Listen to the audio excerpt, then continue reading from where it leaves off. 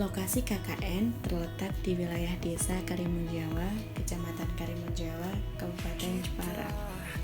Kecamatan Karimunjawa merupakan salah satu kecamatan di Kabupaten Jepara yang berbentuk kepulauan dan terletak di tengah Laut Jawa. Kecamatan Karimunjawa terletak 90 km dari barat laut ibu kota Kabupaten Jepara. Kecamatan Karimunjawa ini memiliki luas wilayah 71,20 km persegi atau sebesar 7,09% dari luas Kabupaten Jepara. Desa Karimunjawa sendiri merupakan salah satu desa dari 4 desa yang ada di Karimunjawa dengan wilayah terluas di Kecamatan Karimunjawa, yaitu sebesar 46,24 km persegi atau sebesar 64,94% dari luas kecamatan. Sebagian besar penduduk Karimunjawa beragama Islam dan sebagian masih mempertahankan tradisi kejawen dengan mayoritas suku berasal dari suku Jawa. Umumnya, sebagian besar warga Karimunjawa masih menggunakan bahasa Jawa sebagai bahasa sehari-hari dengan dialek Jeporonan. Sejarah Karimunjawa tak lepas dari ajaran Islam. Menurut legenda lokal, Karimunjawa ditemukan oleh Sunan Nyamplungan atau Syekh Amir Hasan, putra dari Sunan Muria dan murid dari Sunan Kudus. Kala itu, Sunan Muria memerintahkan putranya, Syekh Amir Hasan, untuk pergi ke sebuah pulau yang terlihat keremun-keremun atau samar-samar dari puncak Gunung Muria untuk mengembangkan ilmu agama Islam di sana dengan dibekali 2 biji buah nyamplung. Pulau yang terlihat keremun-keremun dan masih merupakan wilayah kepulauan Jawa itu akhirnya digunakan sebagai tempat tinggal Syekh Amir Hasan dan kemudian diberi nama Karimunjawa. Dan terdapat beberapa pohon nyamplung di pulau tersebut, sehingga sampai sekarang masyarakat menyebut Syekh Amir Hasan dengan nama Sunan Nyamplungan. Pelaksanaan kuliah kerja nyata atau KKN saat ini bersamaan dengan adanya pandemi COVID-19 yang menuntut mahasiswa untuk melakukan 2 program KKN secara mandiri berdasarkan pertimbangan keselamatan para peserta KKN. Dengan membawa tema KKN Sinergi Perguruan Tinggi dengan Masyarakat di masa pandemi COVID-19 berbasis pada tujuan pembangunan berkelanjutan atau SDGs melalui kegiatan kuliah kerja nyata. Diharapkan mampu mewujudkan tujuan pembangunan berkelanjutan atau Sustainable Development Goals dengan fokus utama membantu pemerintah dan masyarakat dalam menghadapi pandemi virus COVID-19 yang sedang terjadi saat ini.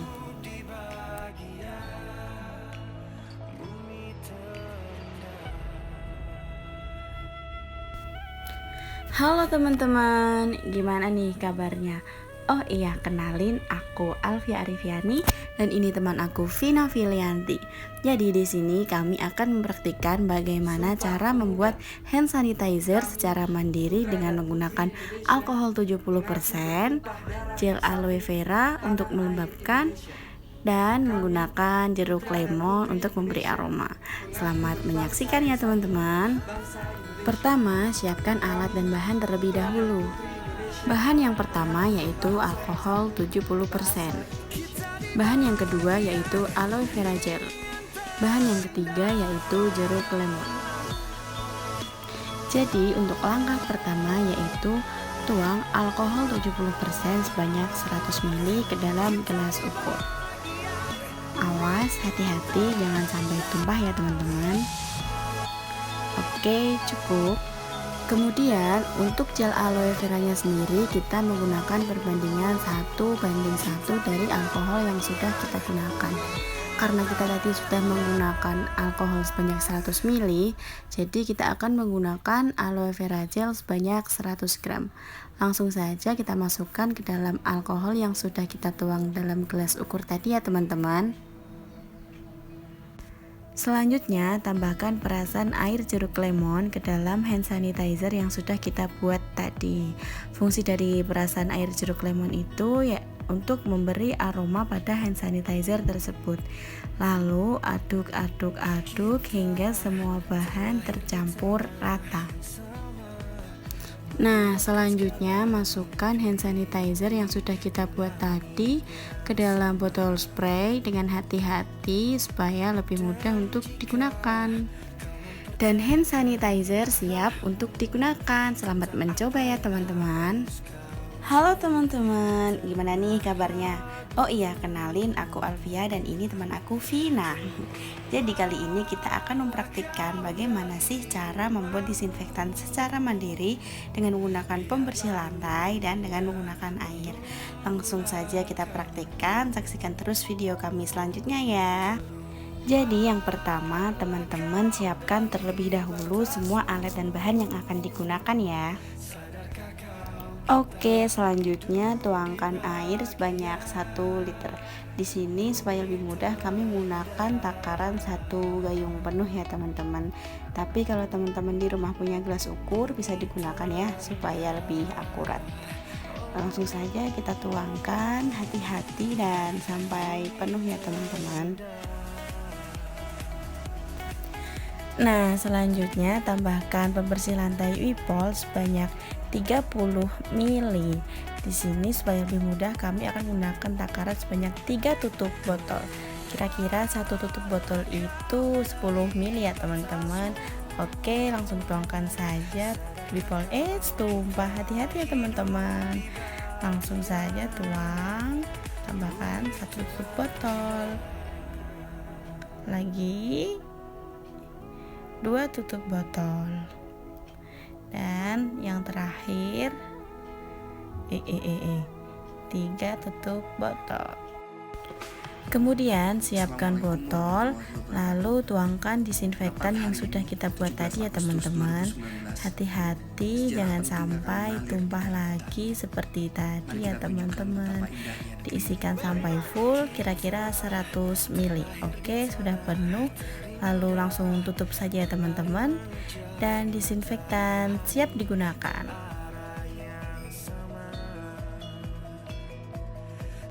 Alhamdulillah, Ibu dapat ilmu dan hand sanitizer gratis.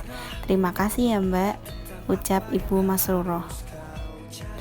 Wah, makasih ya Mbak, saya jadi nggak perlu repot-repot jauh-jauh ke warung, ucap Rena, salah satu warga desa Karimun Jawa. Terima kasih ya Mbak, seumur-umur baru ini saya punya disinfektan sendiri, kata Ibu Ani, warga desa Karimun Jawa.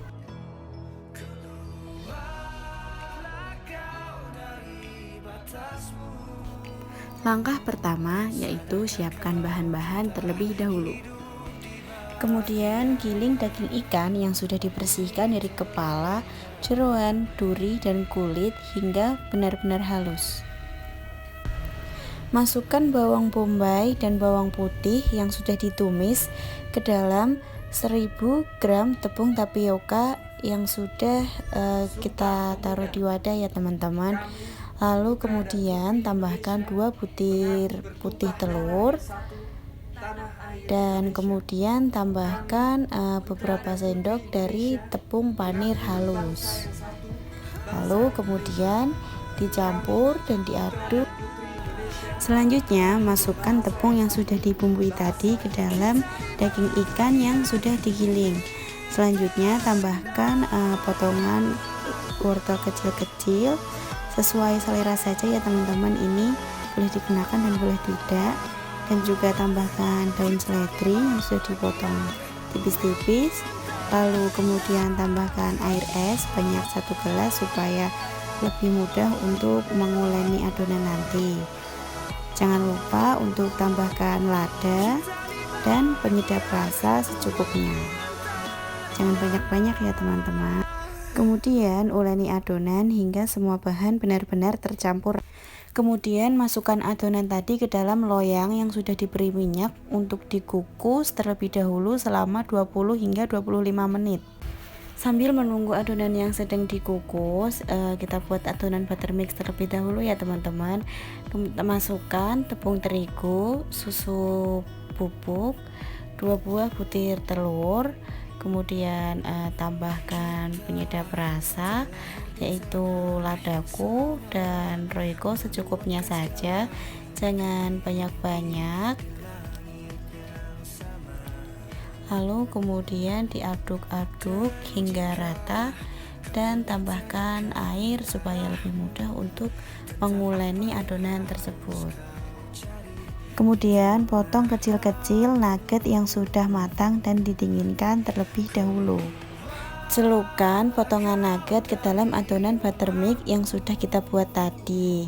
Kemudian balurkan ke dalam tepung roti kasar secara rata. Kemudian nugget siap untuk langsung digoreng atau disimpan frozen. Setelah digoreng, nugget ikan siap untuk dibagikan.